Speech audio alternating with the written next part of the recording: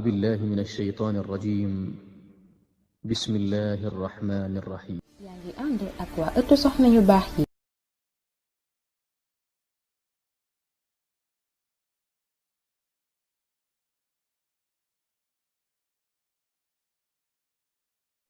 أعوذ بالله من الشيطان الرجيم بسم الله الرحمن الرحيم والصلاة والسلام على رسول الله صلى الله عليه وسلم الحمد لله رب العالمين الحمد لله وشكر لله الحمد لله كثيرا ginnaaw bañ sante suñu borom subhanahu wa taala ñu ngi julli ci yonentam bu tedd bi alayhi salaatu wasalaam di ñaan la saxaaba yi radiyallahu anhum jàmbaari lislaam yi di leen wax asalaamualeykum wa rahmatullah wa asalaamualeykum wa rahmatullahi taala wa barakatuhu ëttu soxna yu baax yi ñu am mbégte ak kontaante di leen fekk si waat ci suñu rubrique jigéenu jullit ci biir këram macha allah di ci am kontaan lool di ñaan suñu borom subhanahu wa taala mottalil ñu te yombalal ñu waxtaan bi ñu génn ñu ngi doon waxtaan ci ibadat yi soxna su baax si di def ci biir këram ginnaaw ba ñu waxtaanee julli ba pare julli nga xam ne mooy premier pilier bi nga xam ne kër yawmal xiyaam suñu borom subhanahu wa taala moom la ñu njëkk a laaj ginnaaw ba ñu góorgóorlu ci suñu julli ba pare ñu fas yéene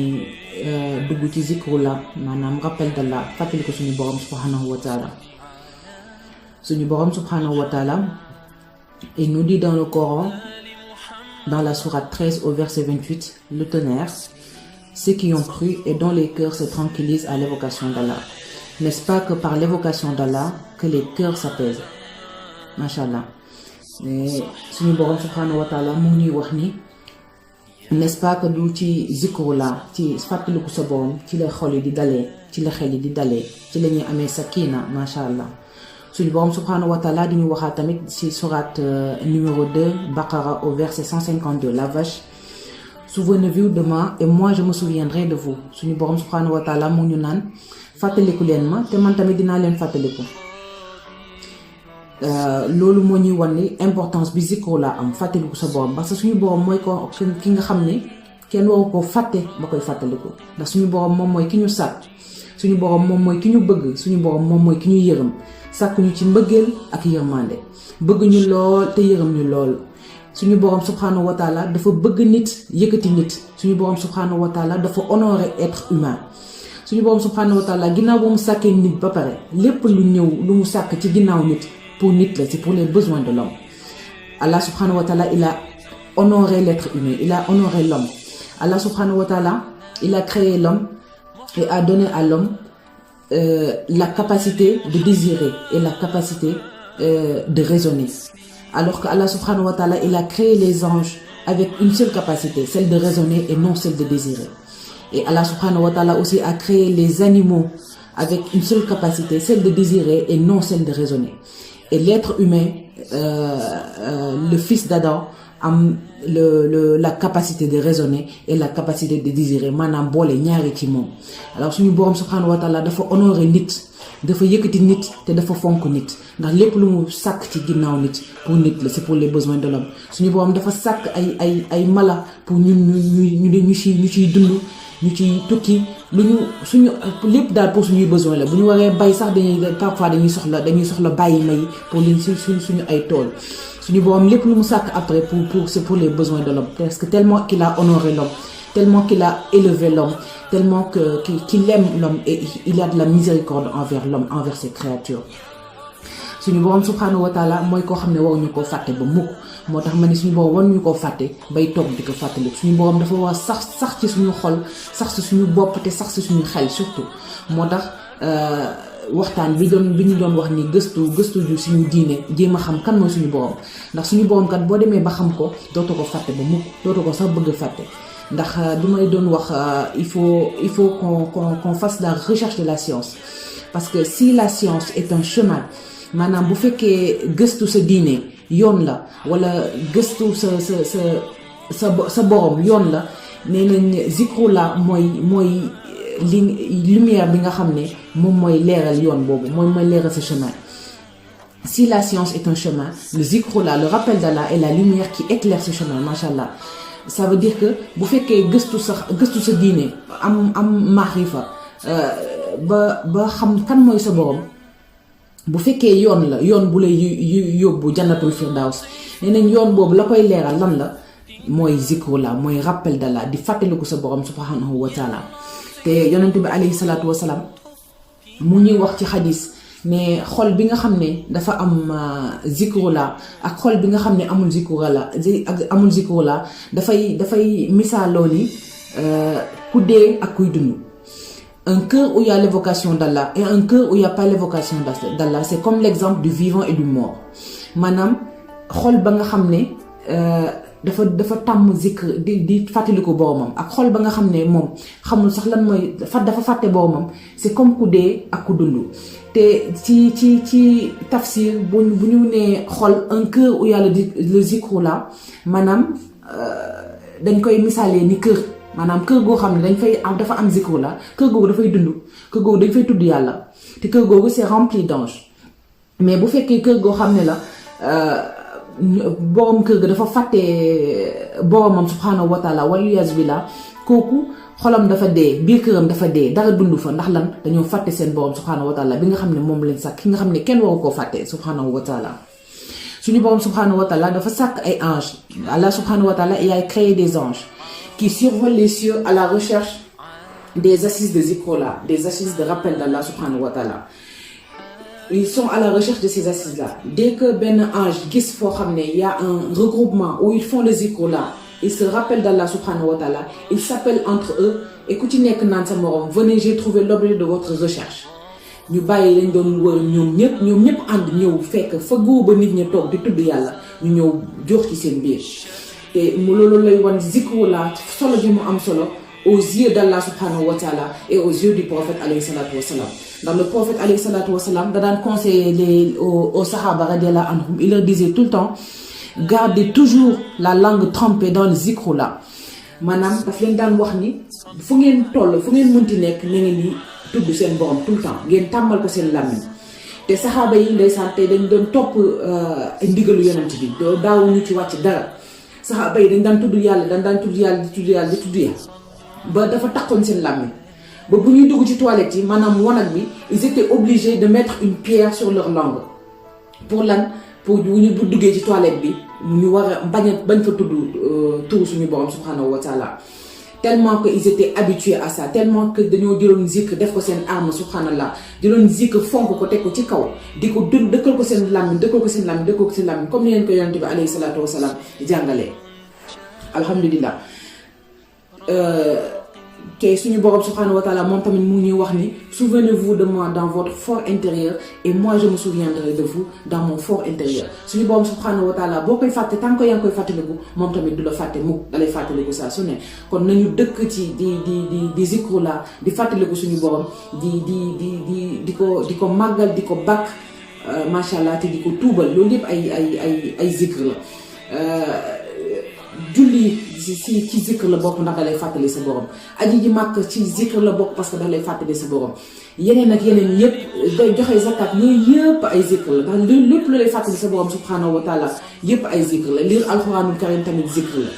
di zikr turu yàlla yi di xam turu yàlla di ci setantal loolu tamit zikr la ndax lépp loo defal lu lay fàttali sa borom rek ci kaw suuf loolu ab zikr la lañ koy woowee waaye zikr bi ma bëgg ñu waxtaanee mooy zikr bi nga xam ne da ngay tudd yàlla ci sa làmmiñ da ngay wax astaghfirullah da ngay wax laa ilaha illallah muhammad rasulullah da ngay wax alhamdulillah da ngay wax la hawla wala quwwata illa billah yooyu yëpp ay façon zikr la zikr yi bari nañu lool ñi mënuñoo lim lépp sax zikr bu ne am na lépp ci fàttaliku sa borom fàttaliku sa borom moom moo la sàkk xam ne sa borom moom mooy ki gën a màgg xam ne sa borom moom mooy ki gën a taaru yaa jamilu xam ne sa borom moom mooy ki ëpp yërmande yaa rahmaanu rahim xam ne sa borom mooy ki nga xam ne moom moo la bëgg yaa wadudu xam ne sa borom mooy ki nga xam ne daf la jël yow yëkkati la ci kaw mbindeef yëpp nga gën cee kawe yow nit ki moo tax yow boo goree te respecté pacte bi nga xam ne moom nga signé woon sa diggante ak sa borom doo ko fàtte ba mukk ba keroog ba ngay sàngoo suuf yonent bi alayhi salaatu wasalaam daf ñuy wax dans le sens du hadith la foi l'iman c'est quelque chose qui monte et qui descend qui ne reste pas sur place maanaam iman dafay yéeg di wàcc ngëm dafay yéeg di wàcc du toog benn place. nee na nag pour nga xam pour sa iman yéeg benn am constance nekk toujours ci kaw même bu kawe au moins mu nekk niveau boo xam ne dina dal sa xel nañu dëkk ci def di zikr laa ilaha illallah. zikr laa ilaha illallah dafay yokk iman zikr laa ilaha illallah dafay dëgëral iman te zikr laa ilaha illallah dafay taaral sa xol macha allah te moo loolu la woon zikru laa solo gi mu am ci dundu doomu aadama bi. ndax zikr moom mooy apaiser sa xol zikr mooy leeral sa xol ndax plus yaa ngi zikr plus sa xol mu ngi leer zikr lan la tudd yàlla bu suñu borom mooy kan suñu borom mooy yaa nuur lumière kese la suñu borom subhanahu wa taala plus ngay tudd turam yu mag yi plus leeru suñu borom subhanahu wa taala di ñëw ci sa xol te lu nit ki lu fees ci xolam lu fees ci xolam après dafay feeñ ci jëmmam dafay feeñ ci jëmm te dafay feeñ ci ay comportement am moo tax ñu war a jël zikru laa def ko arme ndax kuy da ngay setantal tamit zikru laa la kuy setantal ci créature suñu borom bi maanaam méditer sur la créature d'Allah subhanahu wa ta'ala tout ça c'est des sortes de zikr te day tax ba les sifat d'Allah subhanahu wa ta'ala maanaam les qualités d'Allah subhanahu wa ta'ala viennent en nous plus yaa ngi waxtaanee ay qualités da suñu borom subhanahu wa ta'ala plus yaa ngi waxtaanee ay sifatam sifat yooyu dañuy dem ba dañuy ñëw ci yow suñu borom subhanahu wa ta'ala mooy ki nga xam ne dafa gën a màgg suñu borom subhanahu wa ta'ala mooy ki nga xam ne leeru kese la mooy yaa nuur suñu borom subhanahu wa ta'ala mooy ki nga xam ne mooy yaa wadudu mbëggeelu kese la ngay zikkar mbëggeel dina ñëw ci yow ngay zikkar nuur dina ñëw ci yow ngay zikkar yërmande dina ñëw ci yow ku nekk la ngay dëkkal sa làmmiñ moom mooy wàcc sa xol te ku nekk li nekk sa xol moom mooy feeñ ci sa comportement te moom mooy feeñ ci sa yaram dangay dem ba lumière bi nekk ci sa xol subhanallah di feeñ ci sa jëmm fu koo jub ndeysaan nga ànd ak leer gu doy waar koo jub daf lay bëgg ndax lan dangaa ànd ak leeru suñu borom subhanahu wa taala te leeru suñu borom subhanahu wa taala lan moo koy may jaam bi muy jaam bi na dëkk ci zikru la di zikr boromam subhanahu wa taala bañ a fàtte boromam ba mukk yonente bi alayhi salaatu wasalaam keroog ba mu yëndoo safara jahannama wal iyaazu billah yàlla na ci yàlla goreel dafa gis ni ay musóor moo fa ëpp maanaam turban mu ne ñu laaj leen yéen lan moo leen indi fii turban ñan ñooy sol turban jigéen kan mooy musóoru jigéen maanaam safara jigéen a fay ëpp wal iyaazu billah yàlla na ci yàlla musal yàlla na ci yàlla goreel te ñun loolu nag dañ cee war a góorlu naka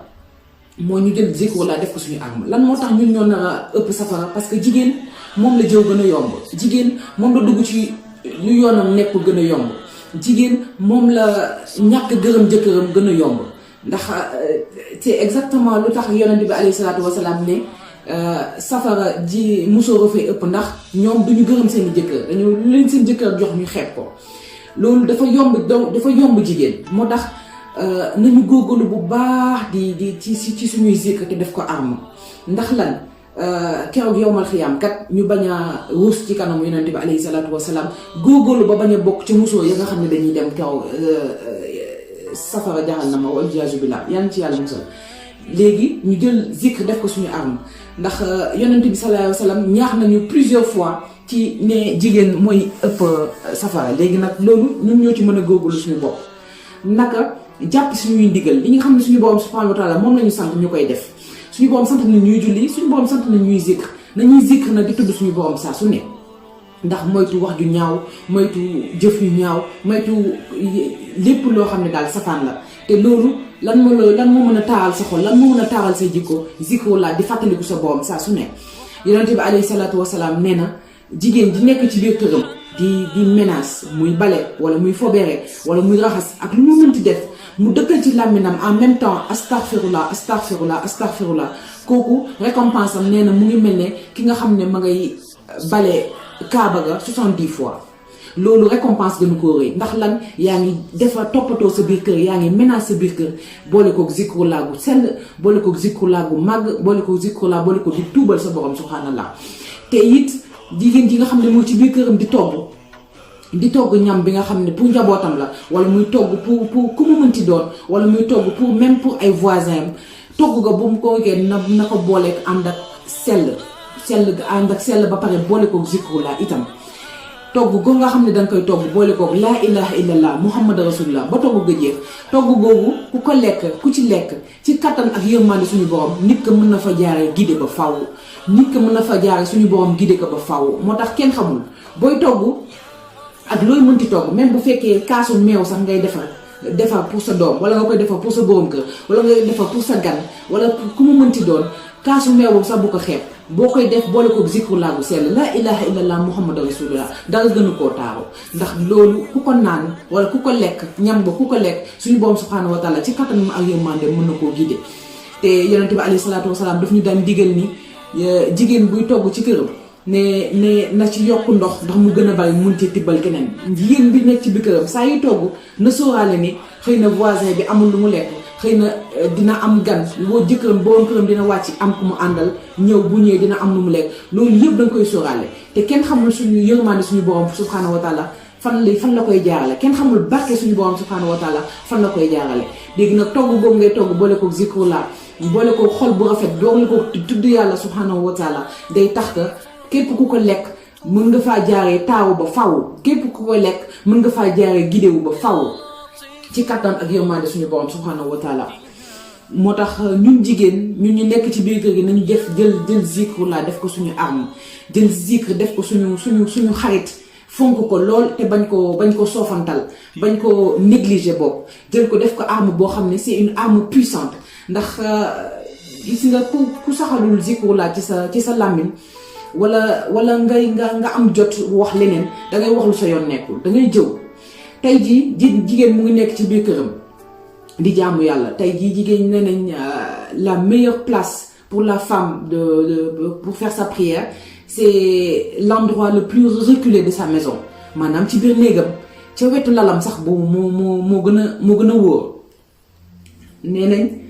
jarul mu dem jàkka mais il n'est pas interdit que femme jigéen warul dem jàkka déedéet mais il est conseillé que muy julli ci biir këram léegi nag biir këram nga xam ne mooy jaamukaayu yàlla daf ko war a aménager de telle sorte que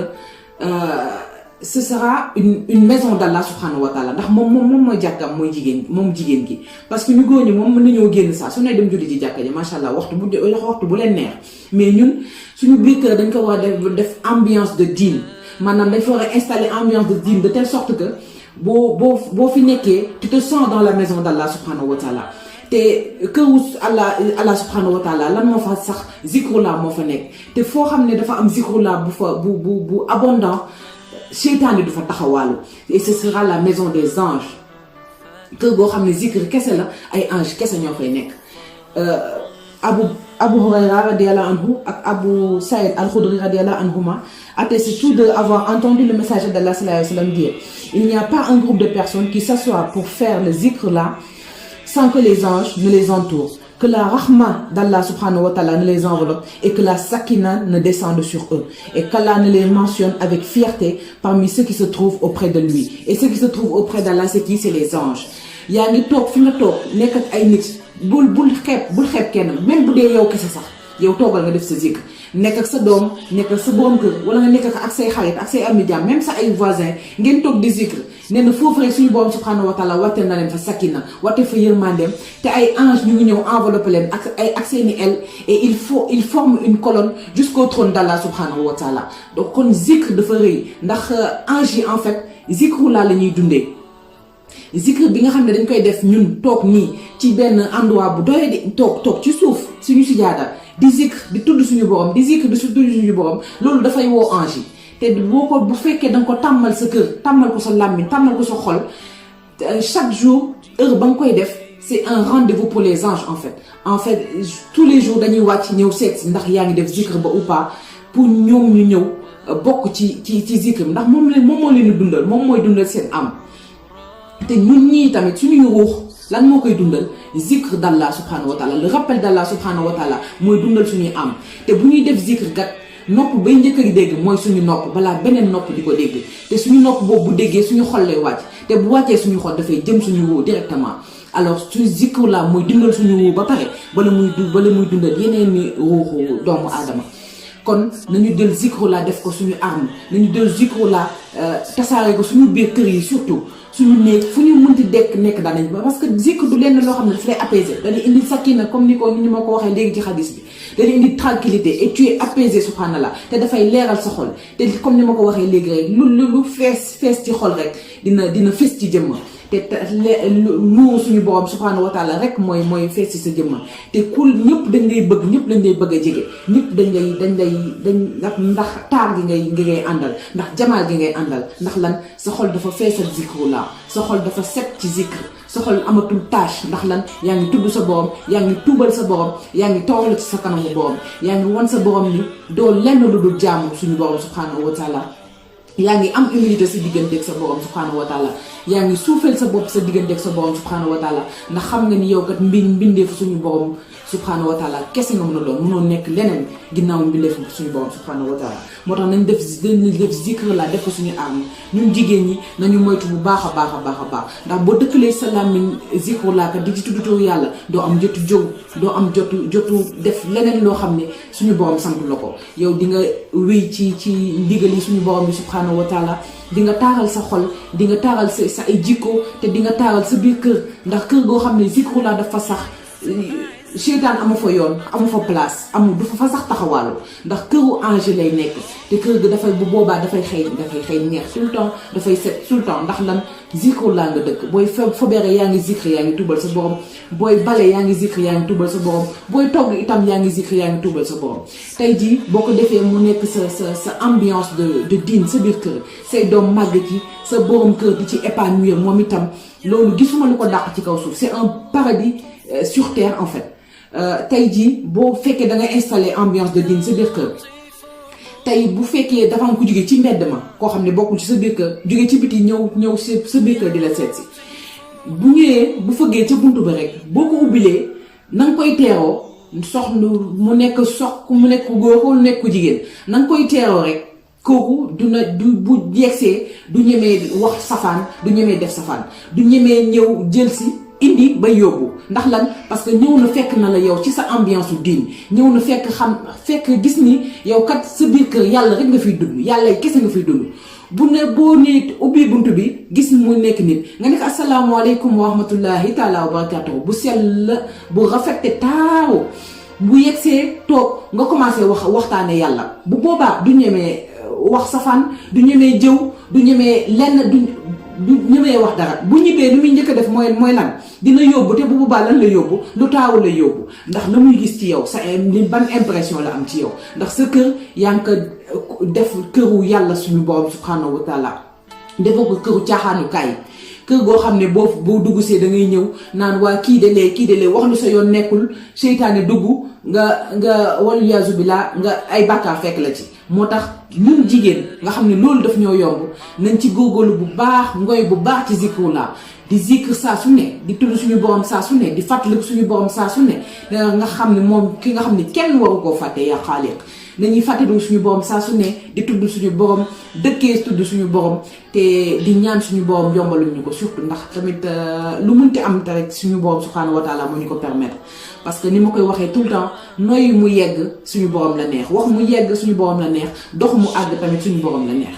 alors lépp lu ñuy bébét rek nañ ko ñaan suñu borom subhanahu wa taala mu yombalal ñu ko yonent bi alayhi salaatu wasalaam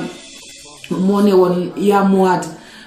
bëgg nga ma jàngal la ñaan boo xam ne saa yoo jullee ba pare na nga ko def te suñu borom dina la taxaw mu ne ko waaw yaa rasulallah mu ne ko saa yoo jullee ba pare waxal allahumma inni ala dikrika wa shukrika wa husni ibadatika maanaam mooy ñaa ngi ñaan sama borom mu yombalal ma koy fàttaliku ma koy sant itam te ba ma nekk une meilleure personne maanaam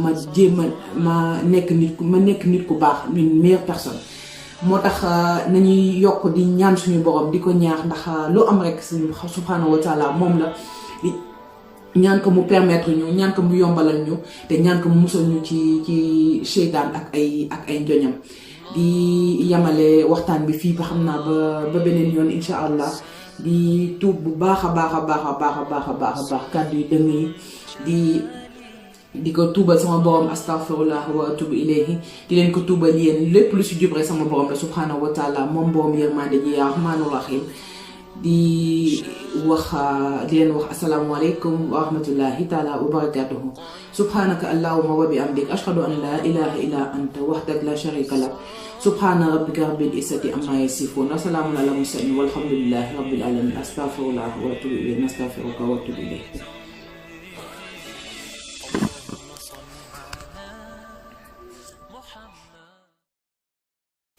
Page TV ëttu soxna yu baax yi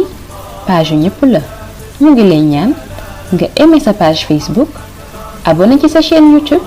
te yaatal kook say xarit ak say am di jàmm. Page TV ëttu soxna yu baax yi page yu ñëpp la ñu ngi lay ñaan nga aimé sa page Facebook abonné ci sa chaîne YouTube te yaatal kook say xarit ak say am di jàmm.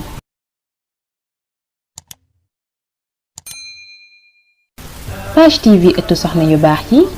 page yu ñëpp la ñu ngi lay ñaan nga aimé sa page Facebook abonné ci sa chaîne YouTube te yaatal kook say xarit ak say am di jàmm.